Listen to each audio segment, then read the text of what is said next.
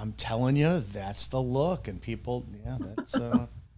Woo-hoo! They're going to love when they see that one. The specs make me look smarter. I'm telling you, they're going to look at it. Kids, good afternoon.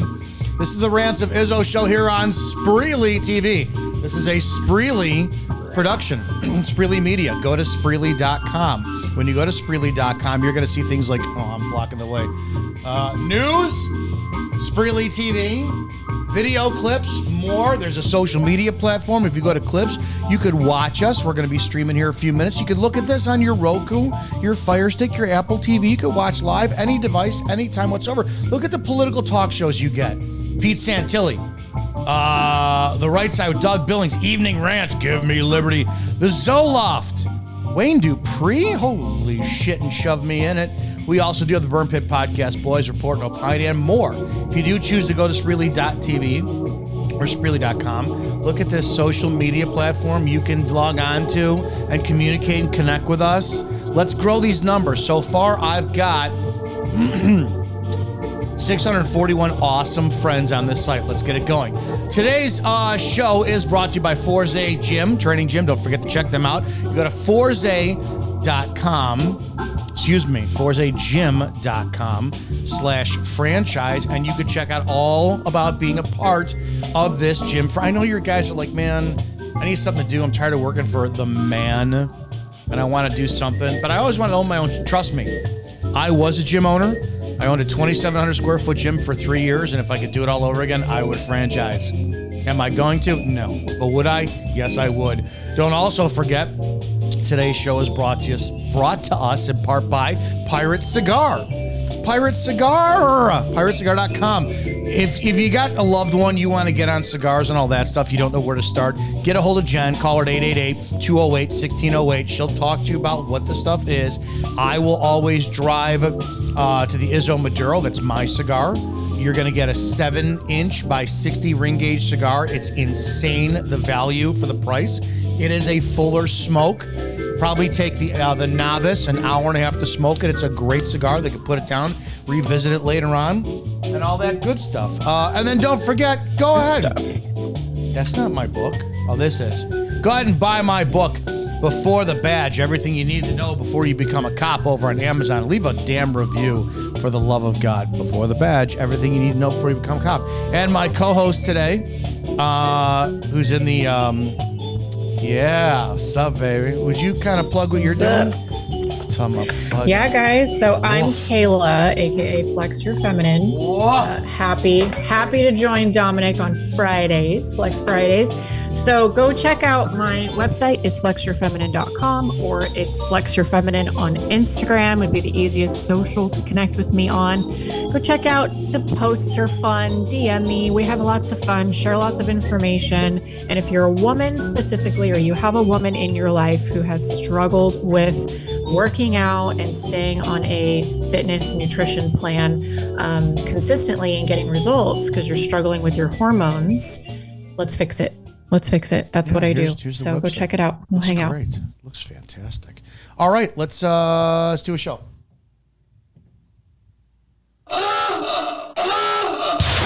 Prepare yourself. The opinions of the host and guests on this show are exclusively just that, opinions. That means that they shouldn't be the cause of your state of being offended. Why does everybody get so butthurt? Okay, let's go. Ready, go!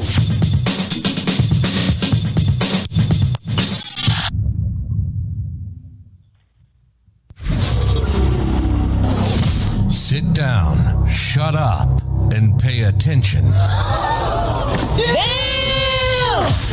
This is the Rants of Izzo Show with your host, Dominic Izzo, from porn to politics.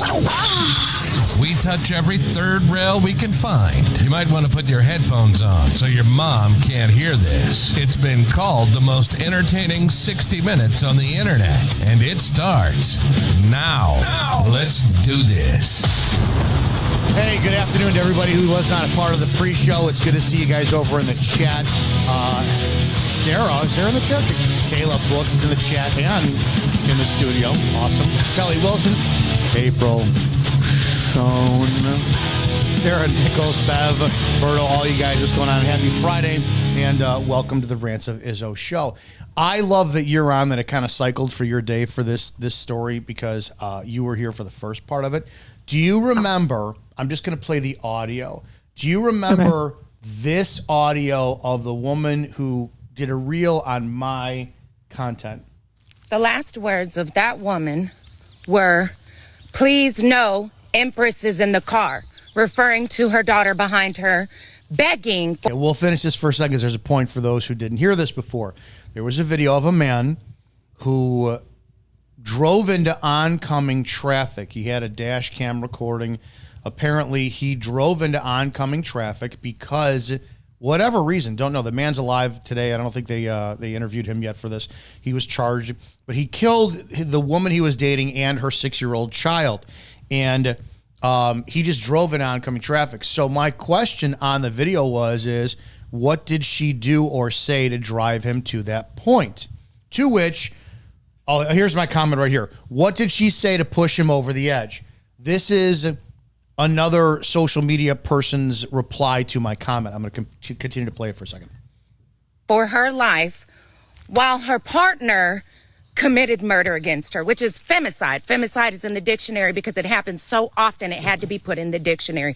That is homicide, but against femmes. And what Dominic chose to say, what did she say to push him over the edge? What he did was he sped into oncoming traffic and took both of their lives. Okay? You see her begging and pleading, and then you see a newsreel saying that they are no longer here. Let me tell you, Bear, you are so brave to speak about women during the age of the divine feminine. And I pray, Dominic, I pray to everything that holds us sacred, pray to everything that is holy, that you step on the very embers you leave. So far, I've seen a lot of men eat the shit they keep on leaving behind for women. You used to be a police officer. The streets are better now that you have nothing to fucking do with them. My foster brother is a sheriff. I forgot she keeps and going. And he has the utmost respect because he was raised by a single mother, and look at you. The last word. Okay, so that was that, and I tagged her in this post. She really thought she did something with that. I know. Well, I tagged her yesterday. I'm like, wait, you got nothing to say about this one? And then she did the whole, you've been obsessing over this. And she, get off my baby maker. Now, remember, it was a man who drove into traffic to get away. And we had a long discussion about this, to get away from whatever the hell was going on in that thing. An enraged girlfriend has been arrested after she allegedly floored her car into her partner after he tried to break up with her while they were en route to couples therapy, according to the police. The victim and his girlfriend, Veronica Rolene Gast, 30, had been driving to a therapy session in Fergus Falls, Minnesota on Saturday when an argument allegedly erupted between them. The couple had already been fighting that day when the boyfriend, who was not identified, suddenly dropped that he didn't think their relationship was working anymore. A furious Gast then allegedly stopped the car in the middle of traffic, demanded he get out. Oh, I'd be like, no fucking problem, I'm getting out. Not a problem at all. As the boyfriend was walking in front of the vehicle to get to the sidewalk, Gast stared him down and floored the car in an attempt to mow him down, according to the police.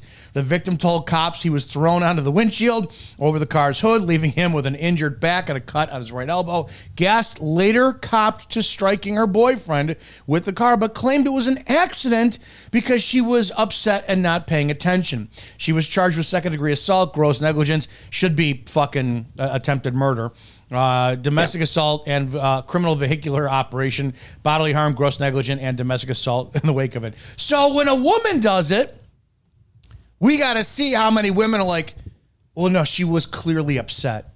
She was clearly upset. Oh, of course. And she was probably on her period at the same time. But when a man does it, you get a real mate against you. What's her name? What's her last name? Gast, G-A-S-T. Yeah, like step on the gas. Yeah, it's really? Kind of ironic. Really? Mm-hmm.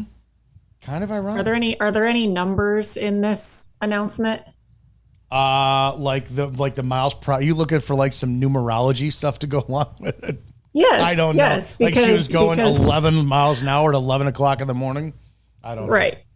Or there's 33 somewhere in there, because this is just there's no such thing as coinky dinks at the level that we see them in news reports. I thought it was hilarious, and I tagged that whatever her Veep, whatever her name is, and so I had said in the comment where I put it on there, I said, where's at Veepera now? It's VEEPEREA now, and she replied back with, at Dominic Izzo, have you just been festering upset about me correcting your ignorant vernacular for this many months on end?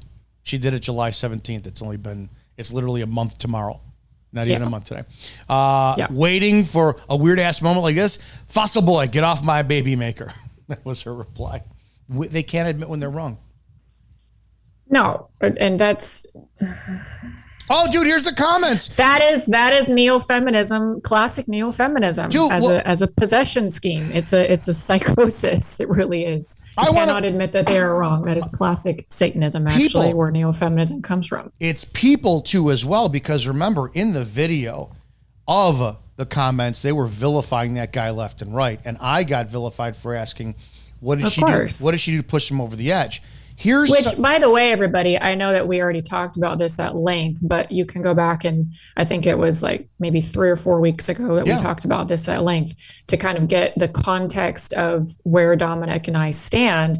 But my opinion, and I don't know if I already said this in the last time we talked about it, but my opinion of your question is not to get triggered by your question. It's my perspective of your question. What did she do or what did she say is simply asking for context, which is what cops do. It's what people should do, is asking for context and collecting evidence. Right. My point is this is a man, apparently she's got she had several kids. So, there's multiple fathers, and this guy chose a very toxic woman to be with. And I've been in those relationships where you see red and you want to, I can tell you exactly what I was doing. I was cracking open, no, it was already open. It was an oyster, and I was squirting lemon on it, Tabasco, looking across from the table at Gail, who I was dating at the time. This was 2012. And I thought to myself, I saw a clear visual of me in jail, because if I stay with this bitch, I'm going to murder her. And I went, relationship's done, because she was the biggest gaslighter, cheating. I allowed all this shit. In this comment, or in these comments, you have a comment that says, she's innocent, set her free. Let's see. Well, what did he do is a question by somebody. Oh, I gotta tag this. What did he do? He drove into oncoming traffic. What are we talking? No, this is on the girl doing it to him. Remember, I asked him. Got it. Got it. Oh, this is really. I got to tag this broad again at VE Hero. She's gonna once she blocks you, you've won. Wait, isn't this what I asked? Oh God, this is great. I just brought that up because I thought it was hilarious how you have the hypocrisy of women who have no fucking problem. And my thing is it doesn't. There's a lot of, I'm a big proponent, a big fan, if you will, of personal responsibility and radical self-sovereignty. And at the same time, I can't ignore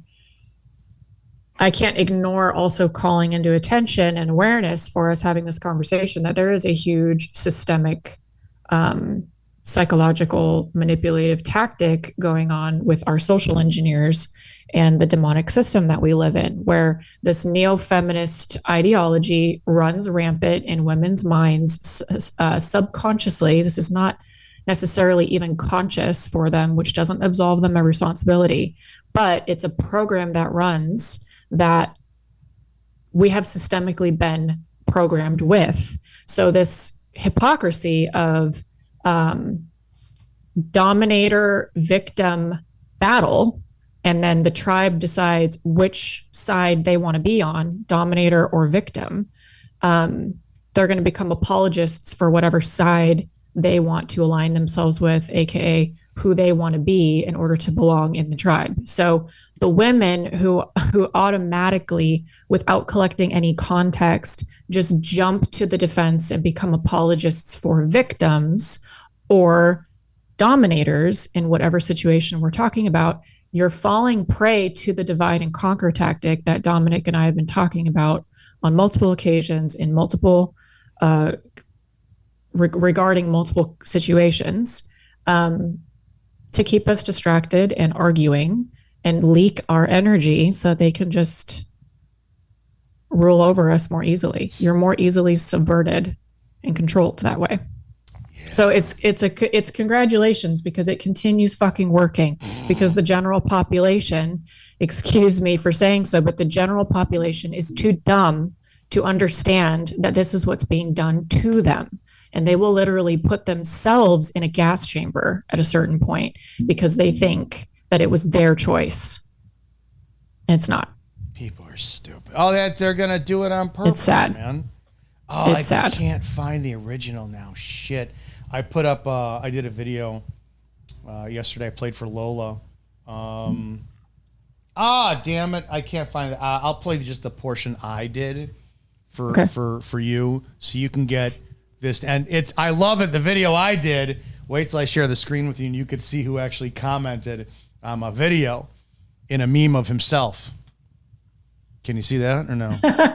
Mike O'Hearn. So Mike O'Hearn comments with, he says something like fucking, what did he fucking say? He put up another comment too that said something like, I would tap that crazy broad. And it's fucking fantastic. Oh, yeah, there it is. There you go. I'm just over here feeding in my emotions, heart, swords, wolf. Hashtag I would tap that crazy women. This is just, I'm going to play this. Would you ever say that to yourself? And say that to someone. Would I ever say to Penny, you're fat, you're dumb, you're unworthy? Would I ever say that to someone else? Yeah, it's just, there was a little bit more of it on like Natalie Patterson coaching. Right. My question was, I did play it. Would you ever? Oh, that's mine. Never mind. I gotta listen to that again. I cringe when you get the dudes doing it for like other 40-year-old men trying to relive a boot camp. And I said, Rafa Condi is the only guy right now that I sit there and I see his content and I know his background and I kind of support it. So I'm like, okay, Rafa's different, so I'm giving him a pass on that. But when a woman tries to adopt this energy, she's a genius, because how many women are going to flock to her because that's masculine energy and think that they're safe because it's a woman who's fucking raking in cash, bringing in manipulative women who it's a never-ending supply of trauma. It's awesome. See, but when a man speaks that way, it's toxic masculinity. Right. When she speaks that way, yes, it subconsciously makes women feel safe for some ridiculous reason. Just the way that we're wired. And it's also so easily manipulated. It's scary. So until you're aware of how you're being manipulated, and I'm not even saying that she knows she's doing that. I don't think she's even aware of the weapon she's wielding, but like I understand it. It's cringe. It's cringe. It is. And sure. I used to be not attracted to that, but that I would have seen that as, ooh, that's a strong woman when I was younger, because it was again, coming from a household with an extremely emotion drained mother who was the masculine energy because my father was working 24/7. It's like, I thought that's what a female's supposed to be. My sisters are the same way. Dude, my sisters are fucking cruel to the guys that they, two of them that were raised by her are cruel to the guys that they date. And it's like every now and then I got to tell my one sister, I'm like, dude, you got to back the fuck off this guy and treat him like a man. Because they don't know. They live in their masculine 90% of the time, and it's fucking ridiculous. Yeah. Oh, And that's a huge, there's so much that goes into that as to why women have chosen to conduct themselves this way. And that's something that I fight with my ministry of Flex Your Feminine in the fitness and nutrition space. We talk about this kind of dynamic and like why women are stepping into operating from their masculine in the toxic shadow aspect. It's survival. It's a survival mechanism. I mean, there's two ways. I made a post about this yesterday on my story. Like, there's two ways that the social engineers control the masses, and it's through physiologically poisoning us.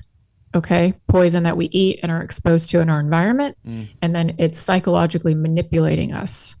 And it's very subversive tactics that are subtle and not what's the word I'm looking for? It's not, you're not going to put two and two together necessarily that easily. And obviously, because most of the general population is just walking around zombified, being controlled by these mechanisms. And this is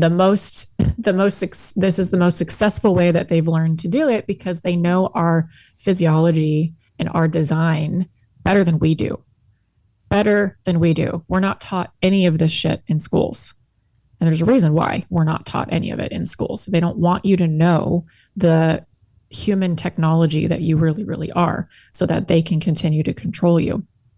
And we talk about this all the time in Flex Your Feminine, where it's like, sure, a survival mechanism from your subconscious mind and body to acutely get through a period of stress and needing to survive is what keeps you safe and keeps you surviving. And that's a stress response, a trauma response that is God designed. You know, tiger's running after you. Let's get away from it so that we can live. It's that sort of lizard brain behavior. But it's become this societal norm through feminizing the men and masculinizing the women through poison physiologically, and also sandwiching that with 100%. Manipulation psychologically, to where women are now physiologically, and mentally, our psyches operating from these biological conflicts where they actually hate being a woman. That's where this biological conflict is coming from. They do not feel safe being a woman, a female, and there are no males around that are not feminized. They're not masculine enough to keep us safe in established territory and are safe to relationship with on any level, that therefore these women become masculine themselves in order to survive. Yeah, and how many times have you talked about the whole birth control thing messing up hormones? Yeah. And how to be ever since you brought that up like a year ago, I hear more and more people talking about that now. It's like it's like somebody said, don't think of yellow punch bugs, and all of a sudden you see them all over the place. People are saying more and more about the fact that the hormone control of women is meant to just when you're talking about liberal women, you get them off hormone control or birth control, then all of a sudden they find themselves attracted to like men with beards and wearing flannel and pickaxes, and it completely changes their demeanor for what they're attracted to. It should be. That was like, I know that was a Freudian slip where you called it hormonal control instead of but it is though, isn't it? But it is. That's actually what it should be called, is hormone control, because it completely flatlines a woman. You don't ovulate, you don't have a real period. It masculinizes you. Birth control is a steroid. So that's just one way that we are physiologically poisoned. Anybody who thinks that shit is a joke, I've talked about it numerous times. There is a steroid called trenbolone, and the running joke in the community for guys who are on like doses like, Tren turned me gay. No, it didn't. But when I was on for a very brief time, like 6 weeks, and oh my God, you could have augured a hole into a pine, and no lube, I would have mounted the tree until I received climax. It was like, I don't understand what the hell's going. It was so impulsively horrid. could not stand it. I'll never touch shit again. And so when your guys are like, oh, I'm watching gay porn, that's because you'll fuck anything because that hormone is screwing with your head, dude. So if that's going on and all of a sudden the male hormone sex is out of control. Like I love Dennis Prager's one question. He said if he was ever given one question he asked to God was, why did you make the male sex drive so like out of control? And it's like now you screw that up with hormones. Well, it happens to and it's not even so much that God made the male sex drive out of control. He gave men and women testosterone. Okay. And there's a war on testosterone. We've talked about that, I think, before, and that's been a big conversation for maybe the last 10 years about the war on testosterone for men. But it applies to women too, because women, our testosterone levels are much lower than men's, hopefully, but it's still affecting us. The war on testosterone works to masculinize women and feminize men. Okay. We're raising different things and putting things out of balance with women. And then we're dropping the testosterone with men. And the testosterone hormone, there's so much that goes into this conversation, but it's not just about sex drive. It's literally your willpower, your drive to succeed in life, to establish territory, to build a house, to achieve money, to build a business, to have a family, to leave a legacy. Like testosterone is so much more involved than just, I want to go bury my member in a tree trunk. Like it's so much more than that. I say when I noticed when I needed to get, I never thought about testosterone replacement therapy. In 39, I was okay. Right around my late 30s, I stopped caring about working out. I'm like, I just don't care anymore. And it had been something that had been a part of me all the way since I was I was so upset when I was 15 and a half and we had a Gold's Gym in Schaumburg. It was one of the only ones in the area. And I was so pissed when my mother wouldn't take me to Gold's Gym. I finally reached 15 and a half, man. I can get that membership. No, I didn't want to go there. And I had been working out my entire life. And then like 35, 36, 37 comes. I'm like, I just don't care anymore. And it wasn't like I'm tired. It was literally, I don't care. I could still get erections. I was starting to get adipose around my midsection, a little bit thicker. And I just was in a meh mood all the time. So I saw something for Chicago Men's Health is where I went in Chicago. And I met Dr. Mike and we're talking and I just described, I'm like, dude, I guess I'm like, you could have the entire Swedish bikini, big fake titted model team in front of me saying, hey, we're all going to do a reverse gangbang on you. And I'd go, I don't care.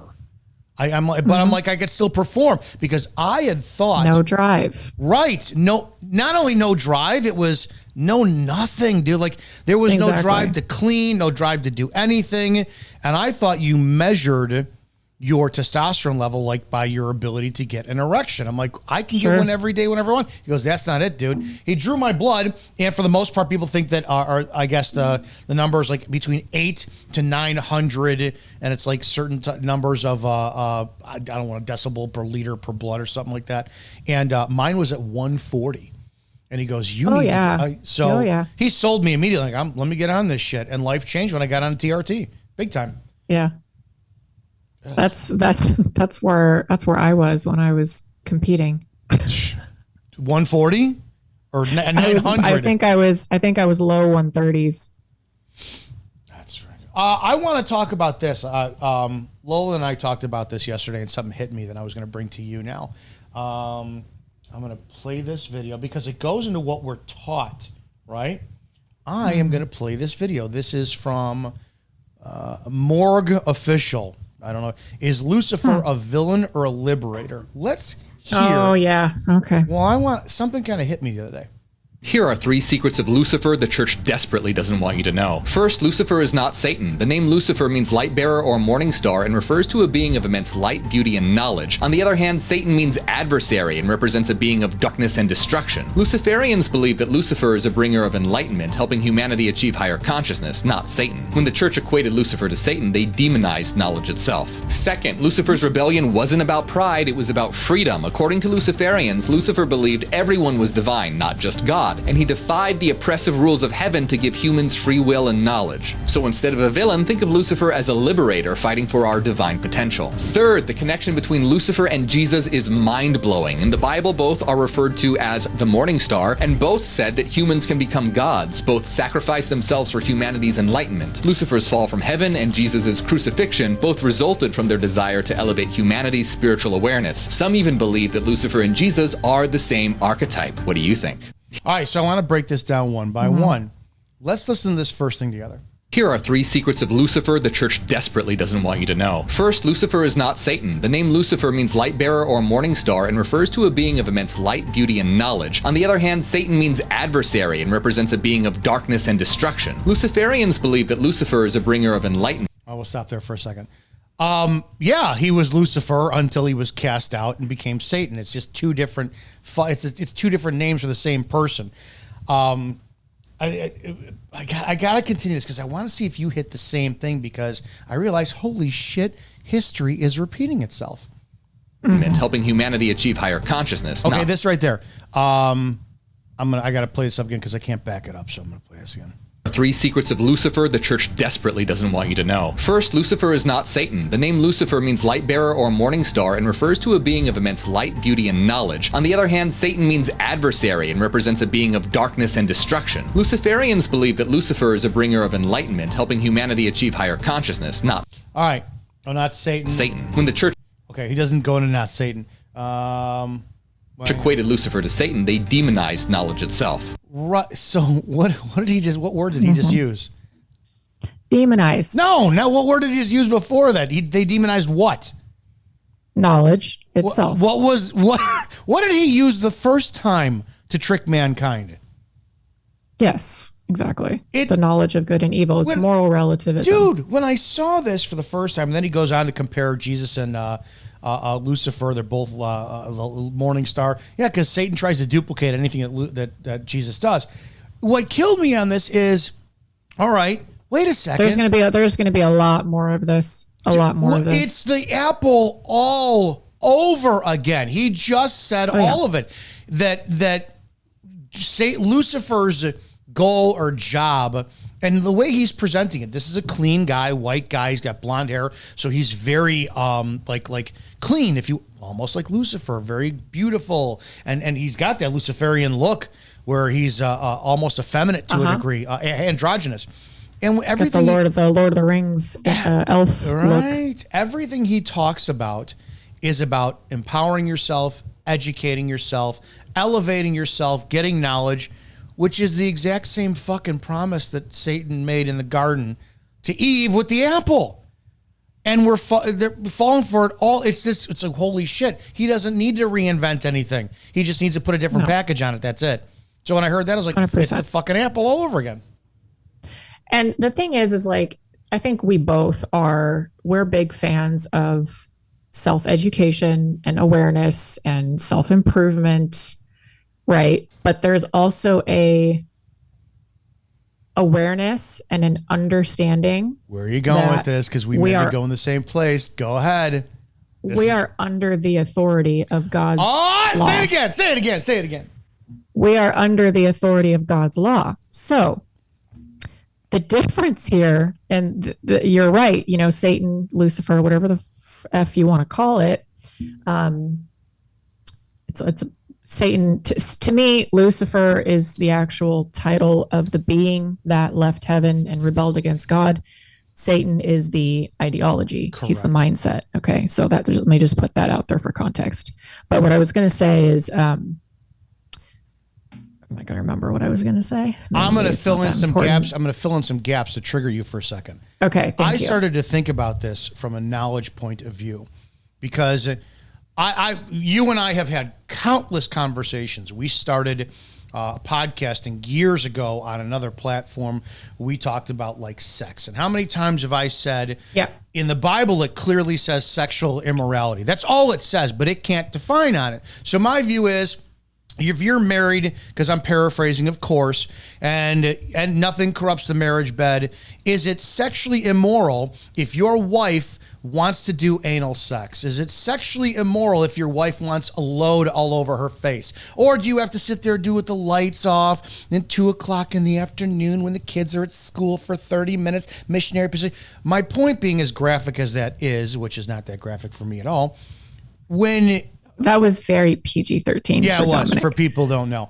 My point is knowledge. Okay, I'll take lust as an example, and I'll use it back with like being on trend. If I'm on trend, that lust is so out of control, maybe I spend, for anybody who's ever been down the porn hole, rabbit hole, you spend what is 30 minutes in your head, but it's 3 hours out of your fucking day trying to get off to find the great clip of what you want that's going to get you to that moment. Your head is all fucked up, right?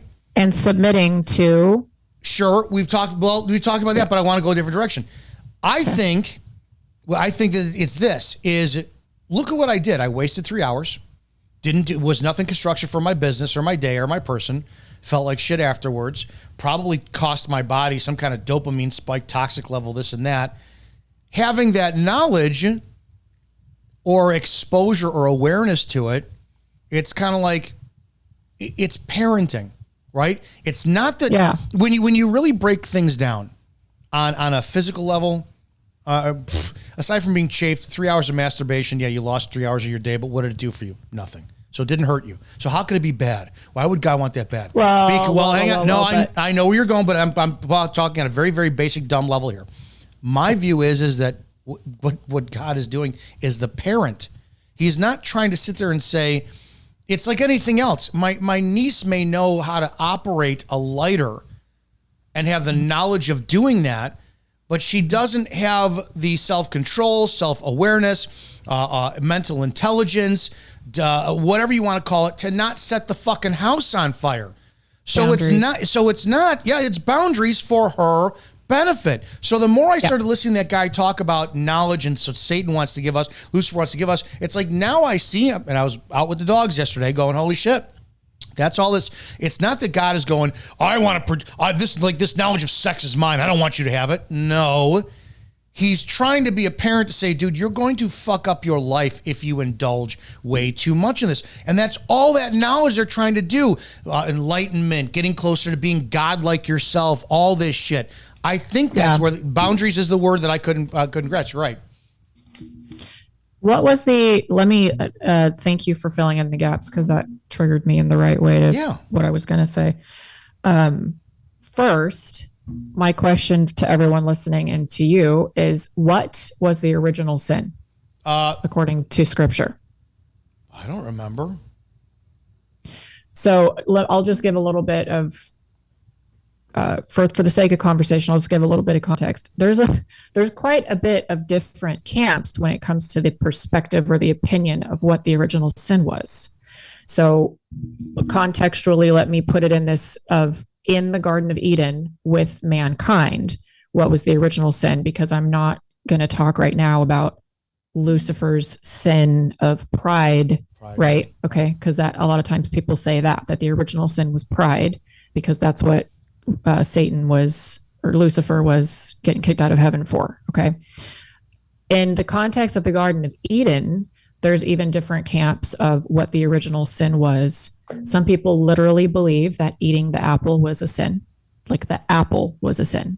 So therefore we cannot eat apples. All right. Oh. Some people believe that the apple was representative of sex, that sex in and of itself is a sin. And we can see the problems with that extrapolated down the line of thinking. And it goes on. Right. And so then there's a camp that believes that the pursuit of the knowledge of good and evil, because the fruit was of the tree of the knowledge of good and evil, right? Knowing the difference between good and evil. They think that is the original sin, that we're basically not supposed to know anything. because if we know good and we know evil, that's pretty much everything. And we're not supposed to know anything if that was the original sin that we got kicked out of the garden for. So my thought process is that you have to understand, and this is where I'm really passionate lately about going back into Jewish history and learning about even the different styles of writing. Like Genesis was written in a different style than other books of the New Testament in order to understand it and what it actually meant in the time, in the context of the time that it was written and what it was referring to. So there's a lot of poetry in Genesis. And a lot of times we think of poetry in scripture as being Psalms and Proverbs, and that's true, but that's also a different type of poetry than what we find in Genesis. So the original sin was moral relativism. What? It was believing that we could be God. No, fuck that, dude. I don't know. I don't. Nope. Period. Nope. So the moral relativism that we see now taking over, like that has always been what happened. The thing. That was the promise, right? Bite this apple. Yes. So yeah. So that was the intent. Eat of this fruit. And I don't know, like, listen, I'm not saying that I believe that Eve actually took a bite of an apple. Her intent. Okay? It doesn't say, scripture says nothing about a damn apple. Okay. So she took a bite of fruit. It's the whole Snow White and the Seven Dwarfs thing. It's very ironic.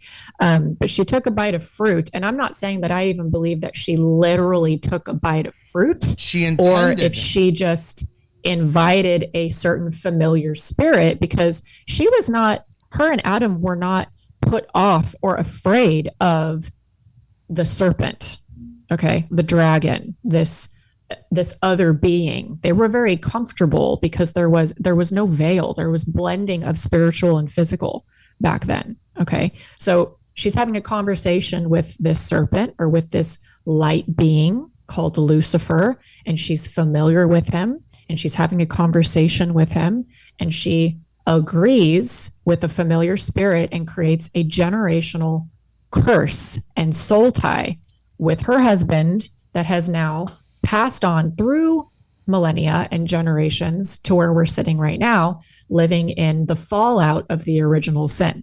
The original sin, in my view, my opinion, was moral relativism. And this is where you get into the difference between the personhood of Lucifer and the mental ideology, the mindset of Satanism. And people use those two words, Luciferianism and Satanism, interchangeably. They're not necessarily interchangeable because Lucifer was actually is a being, and Satan is a mindset. The satanic agenda is moral relativism, which Lucifer is the bringer of. He's the representation of.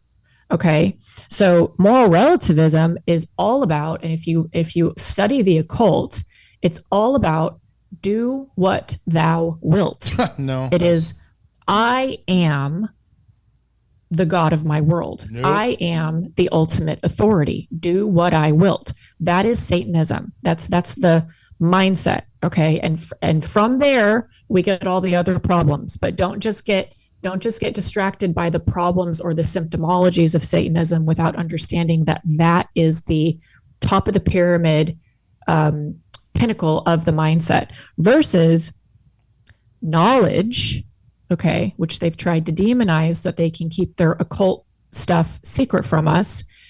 Knowledge is not evil, all right? Knowledge put in the right context under the authority of God, our creator, and in responsibility, stewardship, respect of his natural law, that is appropriate. That is appropriate. So that's where I just wanted to clarify a little bit about that conversation, because we're going to see a lot more content like what you just showed with this guy trying to muddy the waters. Eat the apple. It's okay. That's all he's fucking doing, dude. And again, exactly. And he's making knowledge scary, because what happens to a populace when they're dumbed down and they don't know anything? They'll follow the leader who has the knowledge. If anybody ever saw the Book of Eli, great fucking movie. Where, it's a good one. It's not a book. It's a weapon. 100%. I've in the last 10 years, I've changed so much where if you saw me in 2012, 2013, I would have been like, no fucking God's going to pull my strings and all this shit. Now I'm like, dude, take the fucking wheel and just give me the roadmap. Tell me where to go. I would rather follow orders any day of the week and twice on Sunday. I love, what is it? Proverbs 3:5, do not rely on your own understanding. It's like, that's pretty fucking clear to me.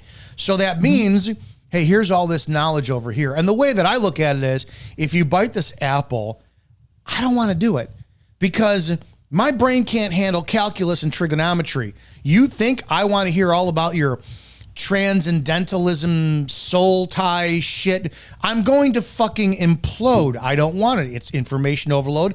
I would rather be a good boy, do what I'm told, follow that Bible. Because that's the way I look at it. It's, hey, here's some instructions. They're going to be like, it's easy. Just follow this. It's going to be easy. I don't want all the information. I don't. I never have. I think it's ridiculous. And I think it's the easiest way to confuse the shit out of somebody is to say, here's the smorgasbord of everything you've ever wanted to eat. All over, but you only have 20 minutes to do it. Where are you going to start? Savory, sweet, pastries, pizza, fucking chicken, whatever. It's too much. That's where gluttony comes in, selfishness, all this shit. So when it comes down to all these sins, I think the more that I look at it, it's not that premarital sex.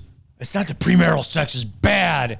No, it's if you engage in premarital sex and you're not committed to this person and you're not understanding what the sexual connection is between you and this person that you committed to, and then you end up like 90% of all the people who are in commitments and just walk away at the first sign of fucking stress instead of sitting there honoring the vows you put in, that's going to muddy the waters of your fucking life. So it's not God going, I'm sending you to hell because you had sex out of marriage. He's going, in my opinion, I want you to live a good life on this earth, and you're going to fuck it up if you don't follow the coaching guidelines I've given you. And that's, I mean, it blows me away. We'll take coaching, we'll take teaching, all this shit, but we won't take biblical crap. It's exactly, that is exactly it. Because he's laid out and this is where Bible teaching has done us such a disservice because there's so much in scripture that we've not been taught. So to say that knowledge is scary or knowledge is going to send you to hell, right? Like the pursuit of knowledge. So therefore, let's just stay in our lane, put your blinders on and follow the rules like a good boy. Where are you getting those rules? Are you getting those rules from your time in scripture before the Lord, or are you getting them from a pulpit and someone's translating it to you? That's where people go wrong, is they want, just tell me what to do. I hear this all the time with people applying to work with me. Just tell me what to do. Give me exactly the calories and exactly the amount of protein and exactly the amount of reps and I'll do it. No, you fucking won't. No, you won't. Because the nature of who we are, the human tech of who we are, and especially when I'm dealing with women who have this neo-feminist programming to where they cannot see who they are the way that God created them and how natural law, how we're supposed to surrender and submit. Oh, there's a word, to the natural law and the authority of who we are in him. This is where it comes back to, is you need to know who you are, and you are not going to find that from an external source, whether it's me as a coach or a pastor in a pulpit translating everything for you and giving you porridge when you need meat. You need meat. There are some wonderful teachers out there, and I'm not trying to say that all pastors are, taken over by the devil or something, but there is a huge gap between the few teachers that do a really good job of feeding their flock meat and potatoes versus the others that are keeping them sucking on the teat of milk, because we're never going to grow if you don't get into scripture and start really, really learning who you are on a fundamental level. That's why I always say with you, like, I go back to biological truth. I am a woman. I am a female. That means something different in God in my creator, in my purpose and my birthright in this life, and how I'm supposed to steward and walk in that purpose compared to you as a male and a man in God's image. So until you know who you are, you will not be able to understand the rules of the game. And the rules of the game, they will work whether you are aware of them or not. The consequences, the results, the rewards, it will all happen whether you are aware of it or not. So learn who you are and then learn the rules of the game.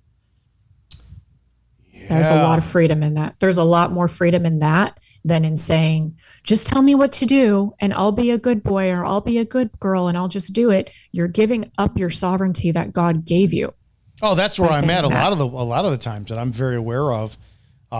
It's like I just fucking pull the strings, which is and I know there's going to be. I get it. It's a season, right? If 10 years ago was a different season, and now I'm like, no, pull the fucking strings. I know it's going to be. He's going, no, it's not that easy. Mm-hmm. No. I'm going to lay the roadmap out, but you're going to fucking walk it, like, motherfucker. So I know that then that is quote we're called to suffer. Because you fucking suffer through this shit like anything else. It's like Jacob wrestling at the place of pineal, right? Wrestling with God. Which when I started to boil shit down, then the less intimidated I got of stuff, like, because it's still that I was raised with Catholic guilt. You're supposed to suffer over all this shit, right? Well, wait a second. I suffer when I go to the gym and I'm straining under a bar. I suffer when I wrestled. Suffer at wrestling practice. Suffer at martial arts. Suffer at learning. Suffered in the academy. And I loved all of it. You struggle. I just like, because you knew there was an end goal. I'm going to graduate. I'm going to win the tournament. I'm going to purpose. Right. And so it's like shit. And that's what kind of got me. Like I was reading a scripture verse per day. And then I'm like, well, that's not enough, man, because you're just opening up and pointing into context. So then I started to go into like a chapter out of a specific book every day. And I'm in 1 Samuel. And I'm starting to look at the context of shit going, all right, well, we know Job is a great purpose of like, dude, shut the fuck up and go through. Like, here's an example that was set. If people believe, which I do, that every single one of the persons in the Bible was a real live human being who went through what they went through in this, then it's a model of, oh shit, this person went through this. Let me see how they dealt with it. So it's like, now I'm looking at it going, all right, there's got to be a purpose. And you've heard me talk about this countless times over the last 4 years. There's no joy in life anymore. The lockdown, you name it. It's like motorcycles, pizzas. I don't date. The gym is an effort now. So I'm starting to take on the Bible as going, all right, I think at the other end of learning, not getting the knowledge, but the process, I need to find joy in this. And that's how I'm starting to approach this now. It's just a new season, new chapter. Yeah, 100%. I really resonate with that it's not, the pursuit of knowledge or the pursuit of the goal, the results that you're aiming for.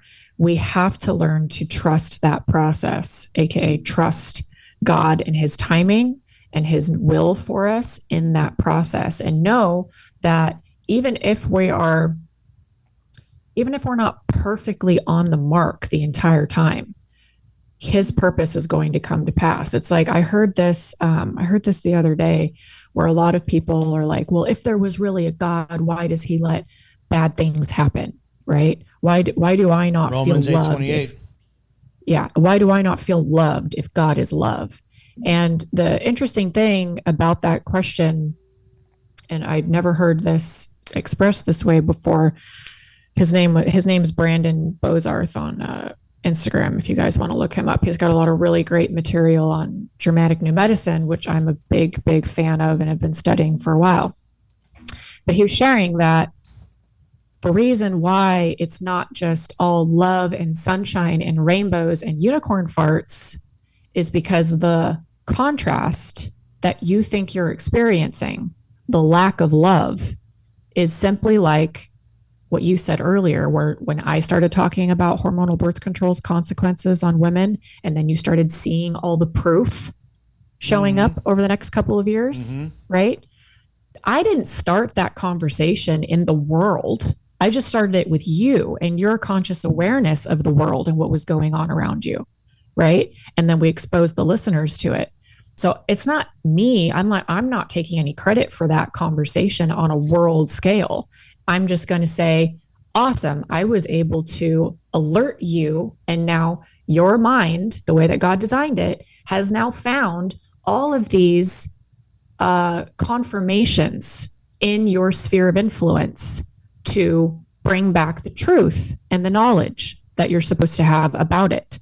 Same thing is happening in this realm. Same thing is happening. Are we choosing to see God as love and therefore collecting the evidence to who he is and how he presents himself to us?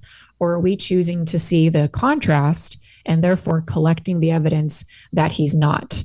And he uses that contrast because it's your free will as to whether or not you want to believe that he truly is who he says he is. And if you won't accept him at face value for who he says he is and has proven himself to be for eons, we know you're not truly aware of who you are in that equation either. And that's what it all comes back to, is to know him is how you're going to really know you, and these questions are going to get answered. That's one of the biggest trusting factors I have is there's nothing he can't do. Nothing. Right? Yeah. And that includes, because there can't and won't are two different things in my view. That means that he could sit there and say, yeah, I remember that whole thing I wrote about Revelation. Fuck it. I'm ending the earth tomorrow. He could do that, but he won't do it because he's remaining true to what he is and who he says he is in scripture. It's fucking, it's insane. It's a mind fuck. For me, I like the fact of being a near 50-year-old man. And then there is this kind of like, okay, I don't need my father to guide me and mentor me, even though he still does at this age. It's like, shit. He does shit that really pisses me off sometimes because I'm like, motherfucker, you're still doing this shit. And, he's always, I don't argue with him. Every single fucking time I challenge him on something, I'm wrong.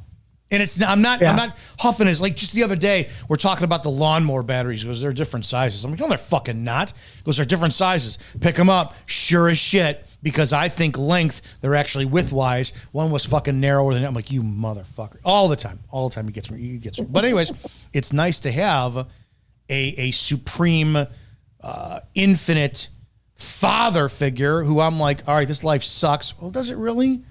Or maybe you're just not, following the instructions. Maybe you just don't know. Maybe you just don't know. Right. Yeah. It's very humbling. It's really, really humbling. Oh, okay. It's humbling, and that's motivating to me. Like I don't need like the perfect song, like you can't have anything perfect. A nice beat is fun, but like I don't need like these YouTube videos to go get all hyped up and like motivational speeches. Like no, they don't work anymore. No, 100%. No, like nope. It's like a dopamine. It's a dopamine. It's like with that woman yelling the beginning of the video. If you did that to me, I'd be like, that doesn't work anymore. Okay, I'm not going to touch that. It worked when I was a kid. It worked maybe in my 20s, worked a little bit in my 30s. Does not work anymore. Now it's actions and consequences or lack of actions and consequences. We talked last week about the discipline. I mean, I'm up every day, 5 a.m. And the other day I took a day off because I'm like, I listened to my body. I'm like, you need to just stay in today. But then again, so I slept until 7:30. I'm like, ooh, I like being more disciplined. So it's consequences. I missed it. So what did I lose? I lost 2.5 hours for that day. And it was consequences. Now, those are the things that drive me. So it's a completely different worldview. The more mature I get as a man. Isn't there a scripture somewhere that says, when I was a child, I thought and moved like a child? Well, there's I am. Corinthians. You know what I mean? Corinthians, the one that everybody quotes at every fucking wedding. Love is patient, love is kind. Talks about putting away childish ways when so it's like it's one of the biggest things. And I'm paraphrasing and I'm sure I'm wrong to some degree, but I've always talked about, if you look at the Bible says we're created in God's image, and everyone goes, well, 2 arms, 2 legs, 1 nose, 2 eyes. And I go, you ever notice though? You ever notice in the Old Testament, God was all fire and wrath and fury. Sacrifice your firstborn to me. You know, this is mine, all this. Immature, not saying he's immature, but our interpretation of immature, almost like toddler-like. Then you get to the New Testament, and it's unselfish. I love you so much, I'm going to give to you. I'm going to give to you my son. That's maturity. Yeah. We almost mature. I really resonate with that because that's how I viewed the God of the Old Testament versus the God of the New Testament my entire life, literally until last year when I started diving deeper into Jewish history and the context of, again, how God is referred to and written about, and learning more about the language that he uses with his people in the Old Testament, and then how that compares and contrasts to the New Testament. And I don't see him as such a toddler anymore. Because he's not from the Old Testament. Because he's not. There's absolutely but we have to dumb everything. We have to dumb everything down, though. That's our interpretation. Because again, do not rely on your own understanding. My ways are not your ways. So I say it, and that's what gives me more association. Because still, even Jesus as a man went through being the toddler phase too as well. So it's like the more I look at it, the more I go, shit. We are, but here's where you got to separate it. I'm created to worship him, not to be like him, to have all that knowledge, because I am God like myself. I can't fall into that camp. And that's going to be, if that's what Luciferian is, I'd rather remain a fucking servant. Oh, that's just me. And the key is that they want you to be God's little g, like them. Oh, dude. Too much responsibility and paperwork. I'd rather be the fucking... I'm not here to make an enemy of the Almighty. No, thank you. Guys, that's Friday. Go to flexyourfeminine.com, flexyourfeminine.com. Here's the website again for those who are wondering. Look at this. Thank you. Code Izzo will save you guys money on any of the programs, by the way. Home about Kayla, how it started, how it's going, the app, testimonials, plans, content. Flexyourfeminine.com. There's an enroll now button, as you can see. All this great stuff. Check it out. Oh, hello. Look at this picture as you scroll. Oh, my. You haven't seen my website. I haven't seen your website yet. So cute. All right, guys. Have a great damn weekend. Go to Spreely.com. Check out the other awesome shows that we have there. And go do something for somebody today. And if you cannot help them, do not hurt them. We'll see you Monday. That's it. Have a great weekend. See you guys later on. Have a great weekend, everybody.